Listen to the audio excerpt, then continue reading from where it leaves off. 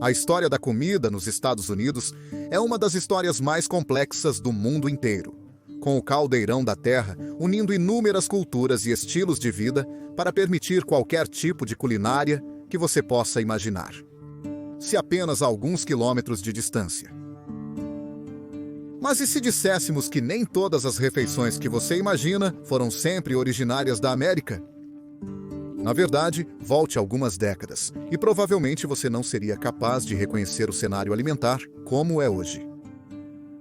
A cultura alimentar, independentemente do país ou continente de origem, evoluiu com o tempo, transformando a forma como comemos, preparamos, armazenamos e obtemos nossas refeições. Enquanto a produção em massa, tanto da agricultura quanto dos alimentos processados artificialmente, mudou a maneira como comemos, a comida rápida, os restaurantes de rede e a alimentação conveniente nem sempre foram possíveis, especialmente antes do século XX. Apesar das diferenças na aparência, a beleza e o contexto escondidos em cada prato histórico permanecem intactos. Para conhecer mais sobre a deliciosa comida vista em fartura nas mesas e acampamentos da América do século XIX, veja alguns tipos populares de alimentos do Velho Oeste.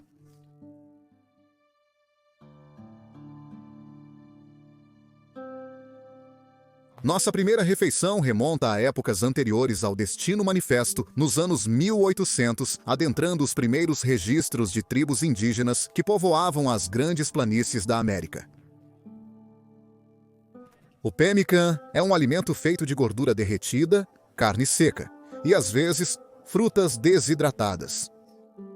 Era servido cru ou com uma refeição preparada, e era frequentemente usado como uma culinária enriquecida de energia e essencial para qualquer reunião ou espaço de alimentação compartilhado. Foi inventado pelas tribos indígenas das planícies norte-americanas. Porém, o momento exato de sua introdução ou invenção oficial é debatido entre estudiosos. A maioria das receitas de pemmican usa carne de bisão, alce, veado e variedades de cervos.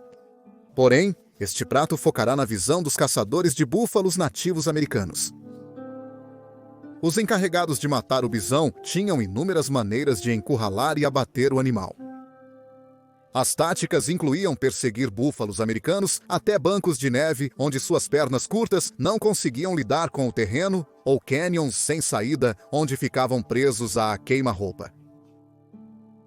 Algumas tribos perseguiam búfalos por penhascos, enquanto outras os esperavam atravessar rios ou se banhar em lagos, onde era mais difícil recuar.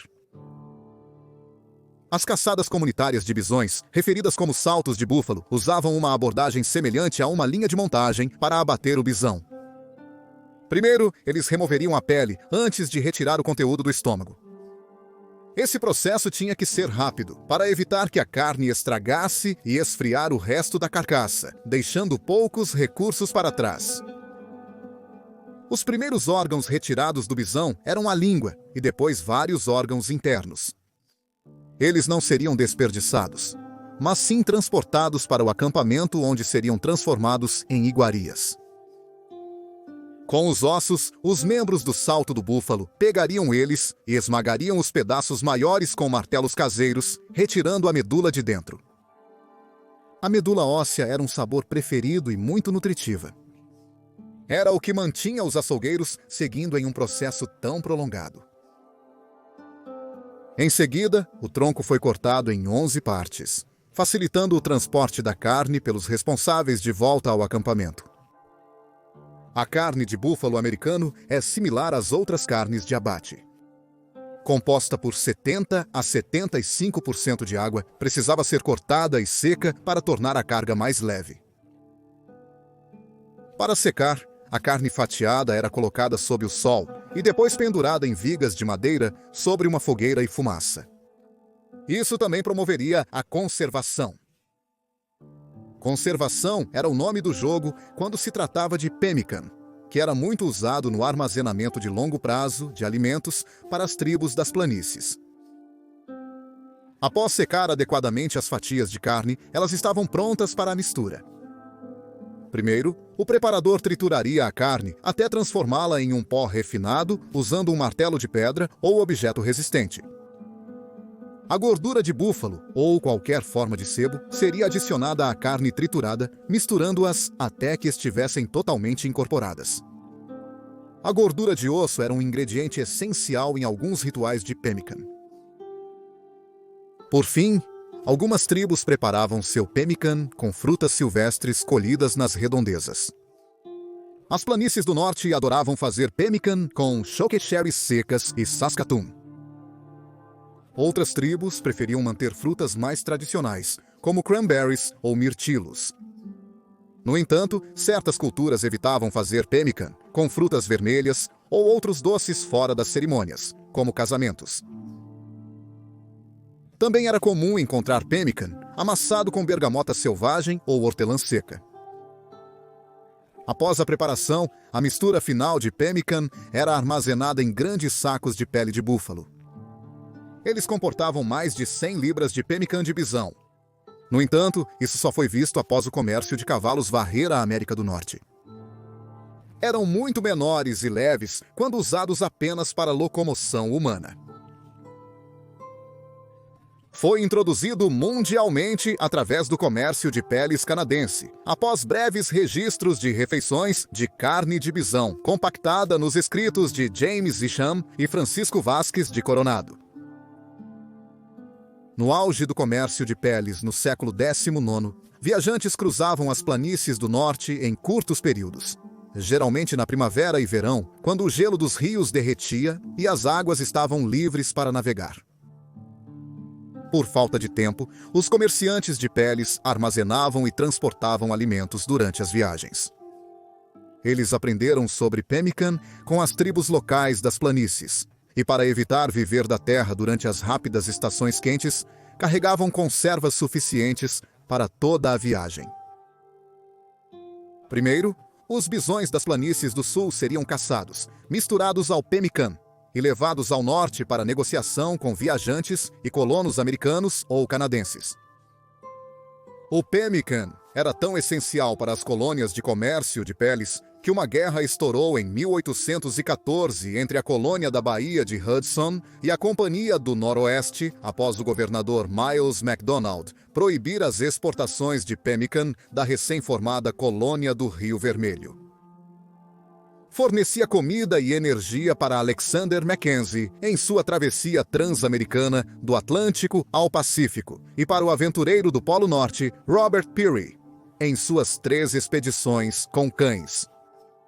De fato, até os cães sobreviveram comendo o excesso de pemmican de Peary. O pemmican alcançou os cantos mais distantes do mundo e foi amplamente utilizado durante a guerra, como pelas tropas britânicas na Segunda Guerra dos Boeres e pelos franceses nos conflitos do Marrocos da década de 1920. Atualmente, o pemmican é mais frequentemente visto em comunidades indígenas tanto na América quanto no Canadá, consumido como uma iguaria, uma refeição regular e para fins cerimoniais, assim como era preparado durante seu auge nas grandes planícies do século XIX.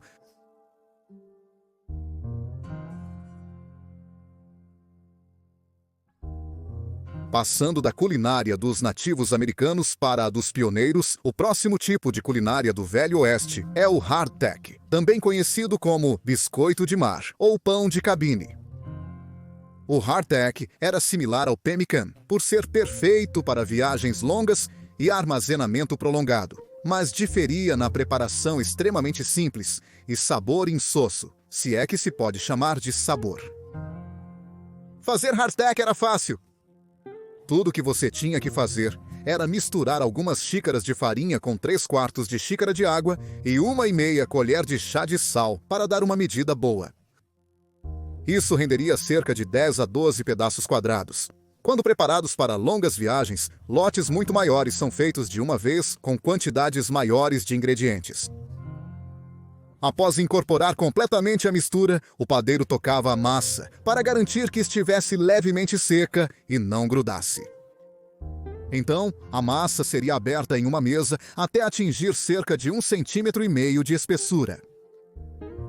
A placa de massa seria cortada em quadrados de 7 por 7 cm, colocada em uma bandeja e aquecida repetidamente no forno até ficar firme ao toque. Na verdade, era tão duro que o pão seria incomestível sem líquido para amolecê-lo. Costumava-se dizer que se poderia disparar um mosquete diretamente em uma placa de hardtack, e a bala do mosquete nunca atravessaria para o outro lado. O modo mais comum de amolecer o hardtack era mergulhá-lo em salmoura, café ou fritá-lo com outras rações. No final dos anos 1700, era moído até virar uma polpa fina e usado para engrossar ensopados de frutos do mar na Nova Inglaterra. Na Guerra Mexicano-Americana e na Guerra Civil, os soldados esmagavam o hardtack com a coronha de seus rifles antes de fritá-lo, fazendo panquecas de hardtack moles e nojentas. Outros assavam diretamente nas brasas da fogueira.